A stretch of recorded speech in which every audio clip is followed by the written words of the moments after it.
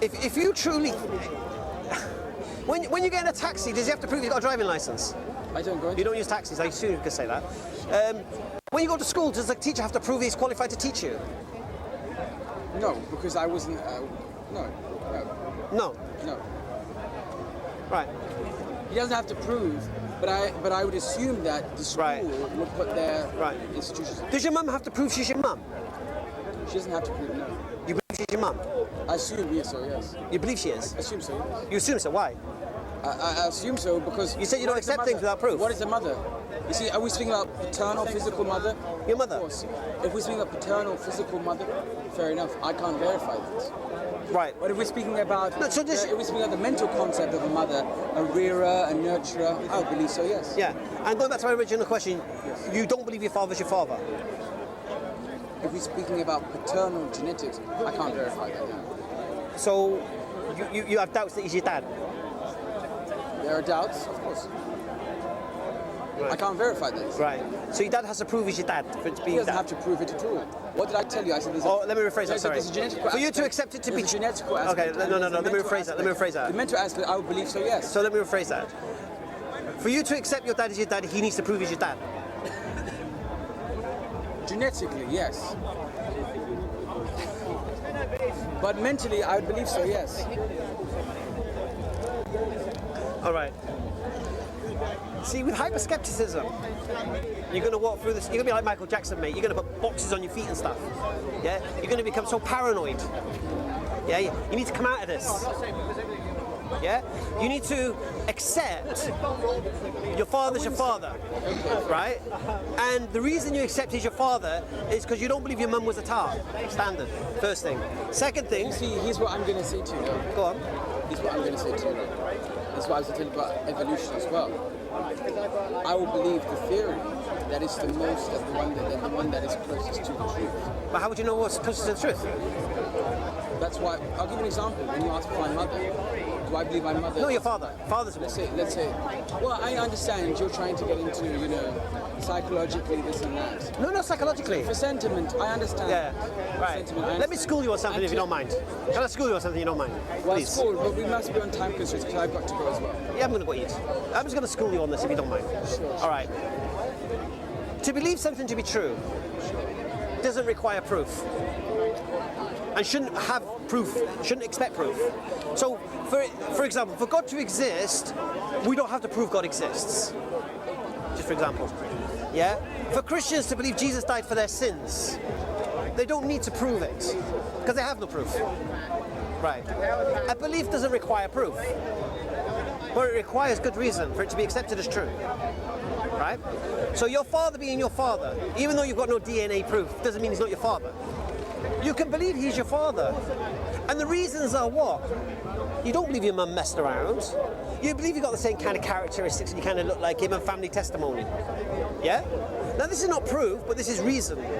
Now, when someone comes with a belief, if it has no proof, you can't refute it. I understand. Yeah. If it walks like a duck, quacks like a duck, stop. No. If someone doesn't have proof for their belief, it doesn't mean you can't refute the belief through its proof. The way you refute it is through its reasoning. Right. And this applies to everything. So you go to your doctor. Don't be afraid of doctors, right? And he says he's a doctor, right? And he hasn't proven it. He's got no medical certificate to prove he's a doctor. But you say to yourself, well, why is he sat there? And these nurses seem to think he's a doctor. And he looks like he knows what he's talking about. I have good reason to believe he's a doctor. Now, if someone comes up to you and says he's not really a doctor, now you can question the belief of him being a doctor. Yeah? And you say, why don't you think he's a doctor? Oh, yeah, I know, he faked his exam results or whatever.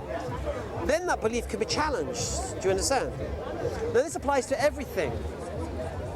But this hyper-skepticism is no good for you. I'd say it's pragmatism.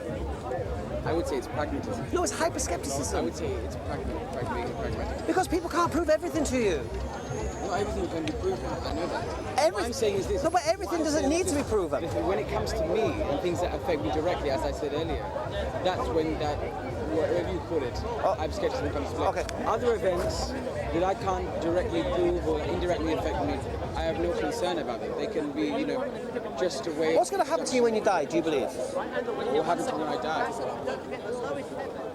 Well, I like to believe. Believe? Oh. I like to believe. This is something I can't prove. This is something I can't prove. So, all right, so this is wishful thinking. Continue. I like to believe that when I die, there is a God. Right? But because I can't prove that God, I cannot confirm that as a fact. But you'd like it to be the fact? I would like it to be. Right. You know when you go on... We've really... Last thing. Please. You know when you go on holiday? Do you go on holiday? On occasion, yes. You're going to tell me, do you know the airline pilot, if he's able to fly, no? Sorry? Was that what you were going to say? No. Okay. It would have been a good one if he said it.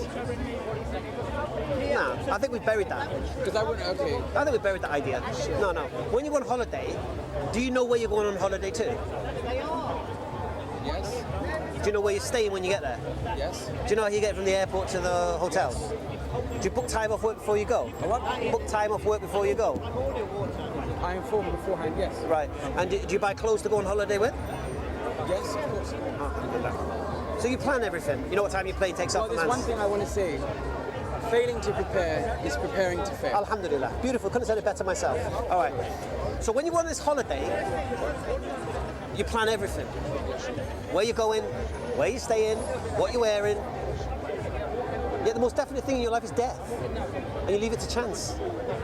Making sense? Take care. But Death is inevitable.